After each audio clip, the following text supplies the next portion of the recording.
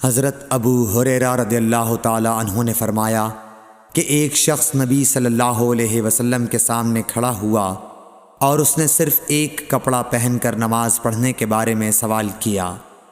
آپ صلی اللہ علیہ وسلم نے فرمایا کہ کیا تم سبھی لوگوں کے پاس دو کپڑے ہو سکتے ہیں؟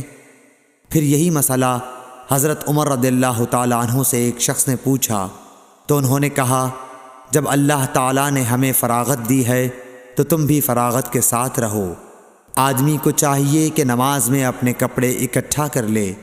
کوئی آدمی تہبند اور چادر میں نماز پڑھے، کوئی تہبند اور قمیص، کوئی تہبند اور قبا میں، کوئی پاجامہ اور چادر میں، کوئی پاجامہ اور قمیص میں، کوئی پاجامہ اور قبا میں، کوئی جانگھیا اور قبا میں، کوئی جانگھیا اور قمیص میں نماز پڑھے۔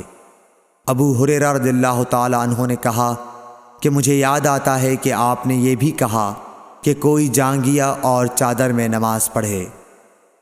صحیح بخاری حدیث نمبر 365۔ ابن عمر رضی اللہ تعالی عنہ نے فرمایا کہ رسول اللہ صلی اللہ علیہ وسلم سے ایک آدمی نے پوچھا کہ احرام باندھنے والے کو کیا پہننا چاہیے؟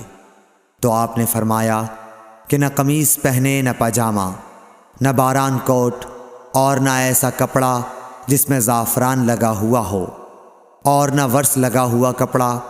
پھر اگر کسی شخص کو جوتیاں نہ ملیں جن میں پاؤں کھلا رہتا ہو، وہ موزے کاٹ کر پہن لے تاکہ وہ ٹخنوں سے نیچے ہو جائیں۔